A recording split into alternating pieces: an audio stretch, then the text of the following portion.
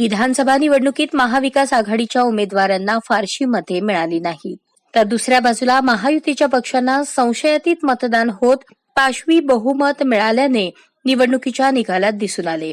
यावरून महाविकास आघाडीच्या नेत्यांकडून मतदानासाठी ईव्हीएम मशीन्सचा वापर करण्याऐवजी मतपत्रिकेचा वापर करण्याची मागणी करण्यात येत आहे. या पार्श्वभूमीवर शिवसेना उभाटाच्या नेत्या सुषमा अंधारे यांनी मतपत्रिकेचा वापर न केल्यास शिवसेना उभाटा स्थानिक स्वराज्य संस्थेच्या निवडणुकीवर बहिष्कार घालेल असा इशारा निवडणूक आयोग आणि राज्य सरकारी यंत्रणेला दिला. मुंबई विधानसभा निवडणुकीतील दारुण पराभवानंतर उद्धव ठाकरेंच्या शिवसेनेने इशारा दिला. सुषमा अंधारे पुढे म्हणाल्या, महाराष्ट्रात अनेक महापालिकांच्या निवडणुका ईव्हीएमच्या माध्यमातून होणार आहेत, त्यामुळे निवडणुकीवर बहिष्कार टाकण्याचा इशारा दिला. महापालिकेच्या निवडणुका बॅलेट पेपरच्या माध्यमातून झाल्या पाहिजेत, तसे न झाल्यास निवडणुकीवर बहिष्कार टाकू असेही त्यांनी जाहीर केले.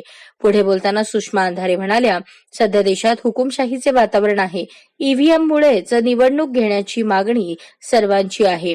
विरोधी पक्षांनी आगामी महापालिका निवडणुका बॅलेट पेपरच्या माध्यमातून घ्याव्यात, अन्यथा आमचा पक्ष निवडणुकीवर बहिष्कार टाकेल असे सांगितले.